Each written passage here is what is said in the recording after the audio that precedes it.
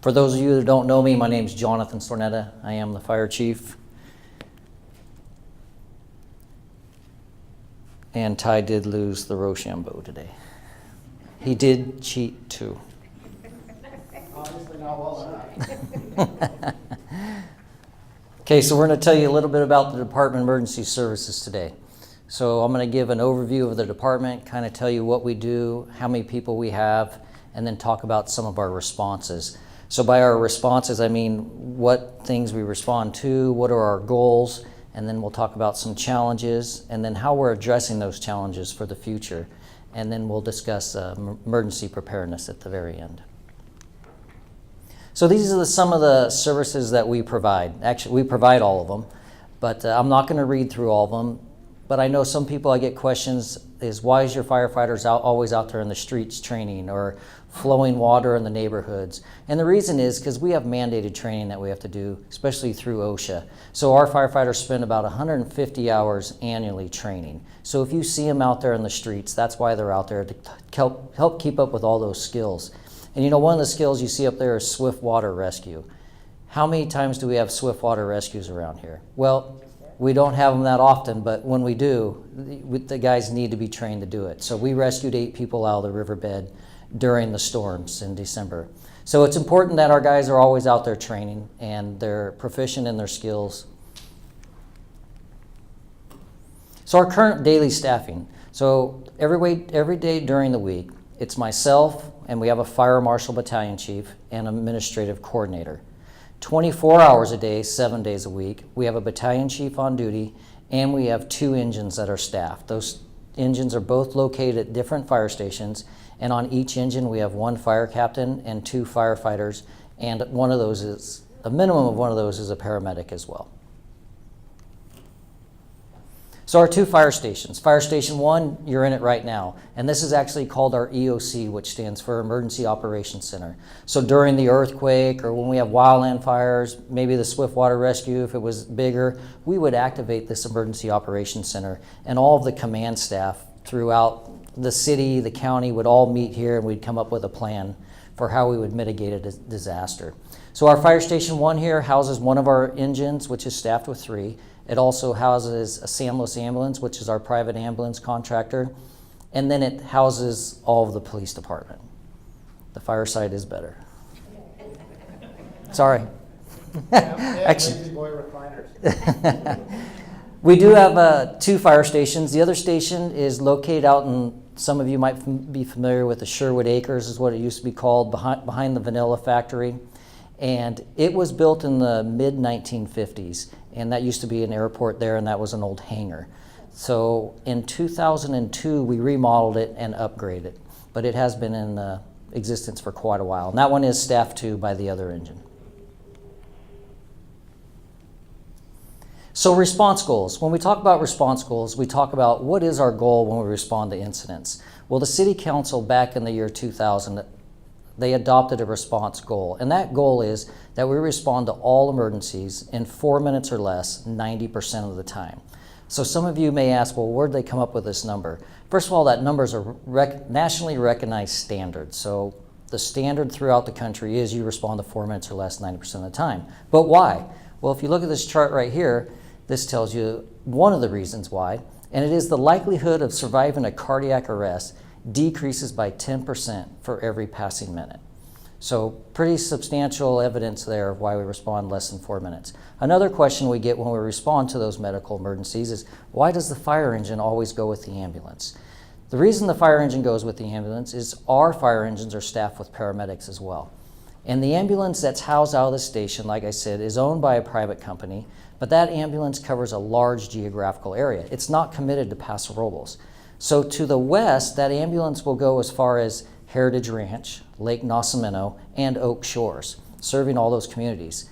To the north, it goes all the way to the Monterey County line. So it's serving the communities of San Miguel and Camp Roberts. And right now, Camp Roberts is trying to be one of the largest National Guard training centers in the country. So they have over 10,000 population up there currently.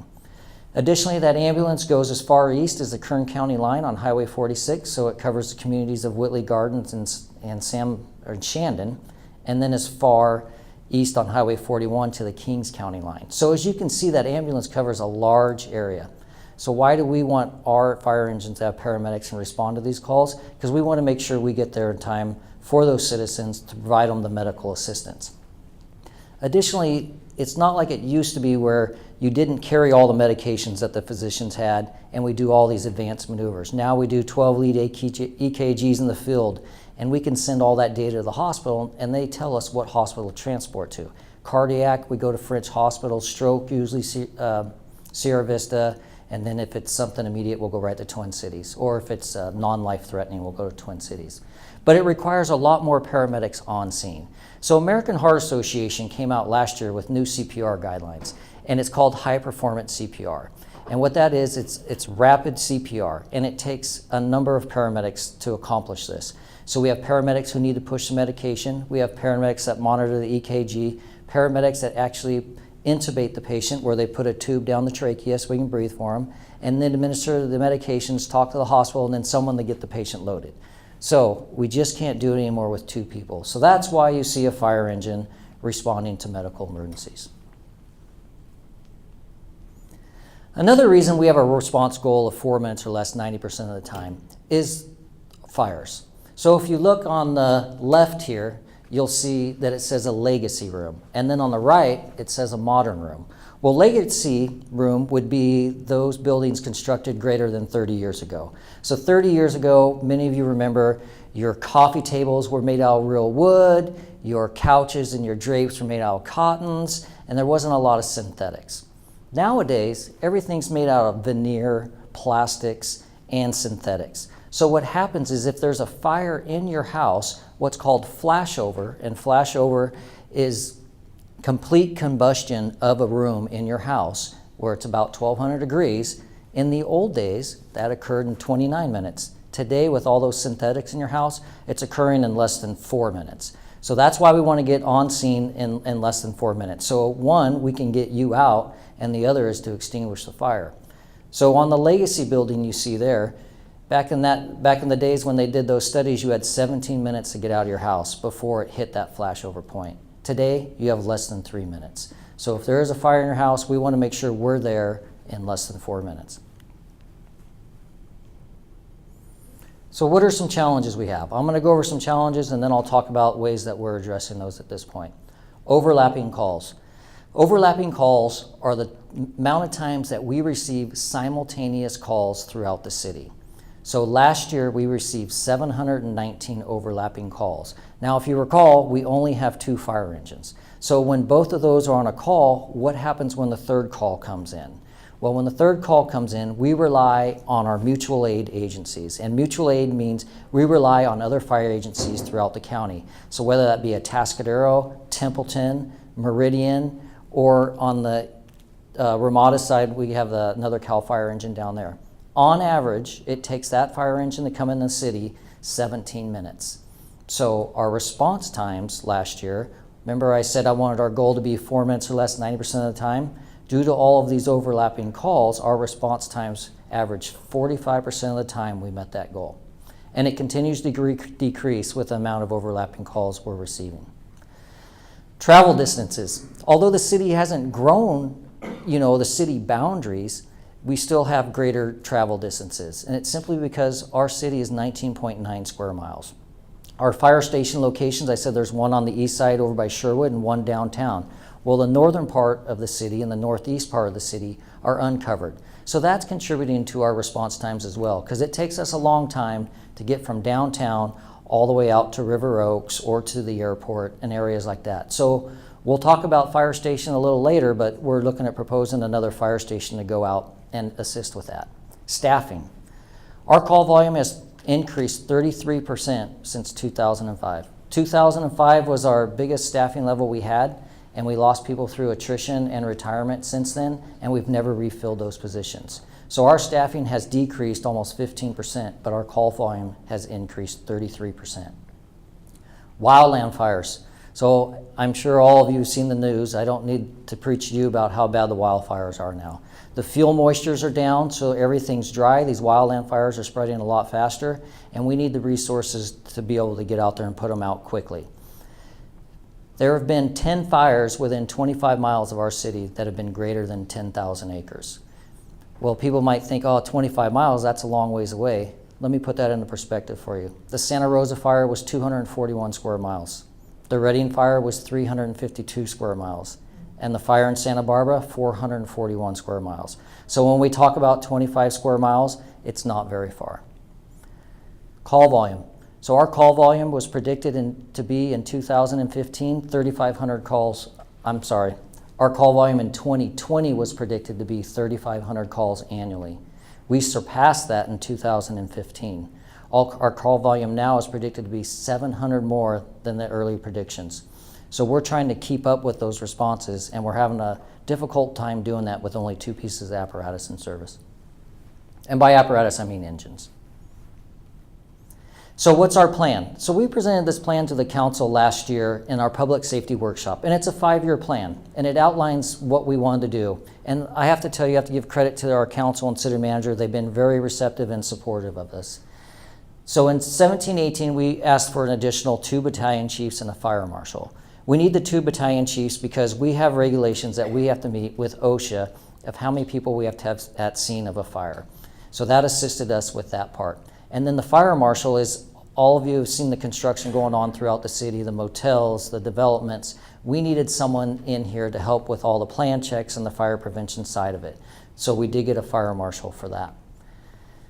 For 18-19, we're going to be proposing to the city council on Tuesday night that we hire 6 additional firefighter paramedics. And I'll show you in the next slide that city council approved a squad type vehicle last week for purchase. And the reason we want to do that is so we can address those overlapping calls. And I'll go a little further in detail on that in a minute. 1920, we have no plans on changes, but by 2021, we would like to build that 3rd fire station, which would require 3 additional personnel to staff that station. So operational improvements. So this is the squad vehicle that the city council approved. That is the actual picture of it. So what we're hoping to do with this is enhance our response capabilities by 50%. This vehicle would only be staffed with 2. It does a couple of things. Not only does it increase our response capabilities, but it also keeps our fire engines from having to respond to all the medical emergencies. So this would be the first out to respond to those medical emergencies. Additionally, like I said, there was OSHA requirements for meeting how many people we need at scene. This would help us. Let me give you a circumstance that happened the other day. We had a fire at the corner of Niblick and Spring, the Grandview Apartments. I don't know how many of you saw that. 2 apartments caught on fire. We had 1 fire engine already on a call, so we had 1 fire engine responding to it. I talk about mutual aid. We called for mutual aid from CAL FIRE, Atascadero, and Templeton. At that same time, a simultaneous call came down in Whitley Gardens for a commercial structure fire. So there went all of our CAL FIRE resources. So now we're stuck with waiting for a Templeton fire engine and an Atascadero fire engine. 17 minutes is on average for them to get there. If we had someone to rescue, we wouldn't have been able to do it. So what this squad would help us do is would give us that capability of having a 3rd response vehicle available.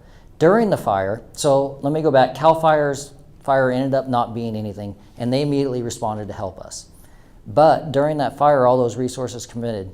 We had 3 additional medical emergencies during that fire, and we were relying on other engines from throughout the area to handle those for us. So it's extremely important that we fill that void and get some type of squad paramedic program in place. Back to the staffing of that we're going to request of council on Tuesday night. So it's extremely expensive for staff. We all know that. So we went out looking for funding opportunities. We were able to secure a grant through FEMA for $1.4 million. And we just found out about that a couple of weeks ago. So what that would do is, there obviously is a cost share to the city. So the first year, the city would be responsible for 25% of the total salary and benefits of 6 firefighter paramedics. And FEMA would pick up the rest of it, so the rest 75%. FEMA would also pick up 75% the second year, and they would pick up 35% the 3rd year. The 4th year and beyond would be completely on the city. So we're going to be proposing that to City Council on Tuesday night, and there'll be an updated financial report for them to review to see if we can afford that. Another operational improvement, I talked about fire stations, and there's another map over here on the left that you could look at when we're done with the presentation. But as you see, the two blue circles, those are our current fire stations. Those are 4-minute response zones. So everything in green and north of there, you can see all the way to the airport, are areas that are not within a 4-minute response zone. And we would like to put the station somewhere out there on the corner of Golden Hill and Union. I get the question quite often, hey, is all this new development going to pay for that new fire station? And are you going to build a new fire station over here? We're not going to build a new fire station over in the Olson Beechwood area. The station that's currently there can handle that 4-minute response zone where that development's going. If we don't build a third fire station in the other area that we have circled in green there, that station will have an increase of 51% in its call volume, and that's not sustainable. So we will need a future fire station at some point. So who pays for it? The city has 2 different fees that residents pay. Starting in 2005, the council adopted a resolution that all new development pays a CFD fee. So a CFD fee is a community facility district fee. And that fee is assessed on all new development, and for residential homes, it's $883 per residence on an annual basis. So they can pay for the public service moving forward, not the current residents. There's also development impact fees. Those are paid one time whenever you build your home. Those go to infrastructure. So those can only be allocated towards fire stations and equipment. It can't go towards personnel where the CFDs can. So emergency preparedness, some of the things we're doing right now. Right now we just got finished working on some wildland fire pre-attack maps. So what this does is this is for all of our first responders that come into our area. So if we have a large wildland fire on the west or east side, many people don't know the routes throughout the city. They don't know what our objectives are. And then also this map, what it would do is identify how many resources we need for different areas. So let's say the fire is up in the 12th Street on the west side. We would know, hey, we need 20 fire engines in this area and additional resources. It also outlines where our shelters are, evacuation points, and helipads if we have to land helicopters. Evacuation and repopulation plan, this is in draft review right now, and it's essentially an evacuation plan for the community and at what point we repopulate it after a disaster. EOC training, so like I said, this is our Emergency Operations Center training, or center, and we're conducting training twice a year. We've already completed one of them, and we're set to do another one, hopefully October. Riverbed Vegetation Management Project, that's currently in process as well. We've had a number of fires down there in the riverbed, so we want to find a way that we can minimize the risk to the community. Our biggest fear is a fire will take off in that riverbed and go up to the developments on either the west side or east side or the businesses. So we're working with a number of environmental agencies and looking at what we can do down there. The problem is there's so many environmental restrictions we can't put heavy equipment down there. So we're actually looking at putting goats down there.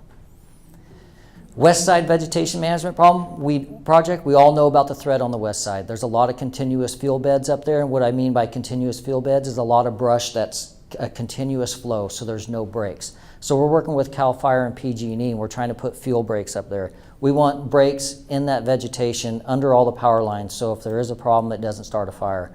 We also want to put wide dozer lines or fuel breaks, so if there's a fire, at least it slows it down or gives us an opportunity to maybe backburn. And we would backburn a fire up so it intersects with the fire coming down to keep it from coming into the city. Reverse 911, we've been doing a campaign that we ask all of you to sign up for Reverse 911, and what that does is we would be able to get in touch with you, and it's geographically based, and we can tell you who needs to evacuate, where you need to evacuate, and what the emergency is. Community Wildfire Protection Plan, we're hoping to start this the early parts of next year, and what that is we bring the whole community in, and we see what are the threats, what's the critical infrastructure, and we all come up with a community-based plan and come up with new evacuation plans and get all of your feedback and input. Weed abatement program, that's you guys probably seen we've been pretty strict on that this year, and it is because of all the fires. So we ask that all of you help us out and keep your weeds within the requirements. So how can you help? The biggest thing is help us out with helping your own family or friends. So learn CPR, AED, automatic external defibrillator. There's a number of businesses downtown that have these defibrillators. And then become first aid trained. Your smoke detectors. Most of the fires we go on have inoperable smoke detectors. So we ask that you check your smoke detectors once a month. You change the batteries once a year and you replace the smoke detector every 10 years. Emergency preparedness. There was a handout when all of you came in. I would like for you please to review that, not now, but whenever you leave, and find out ways that you can better prepare yourself for an emergency. And it's a ready, set, go format on there. In that emergency preparedness flyer that you have, it talks about having an evacuation plan, emergency supply kit, and then we want you to have defensible space. Many people ask, what's defensible space? Well, defensible space is we want clearance if you're not in the development, if you're on the outer edges of the city and you have a larger piece of property. We want 100 feet clearance completely around your structure. If you're in the city, in a small development, then we just want to make sure you don't have a bunch of dried tree trimmings on the ground, brush, trash, anything like that.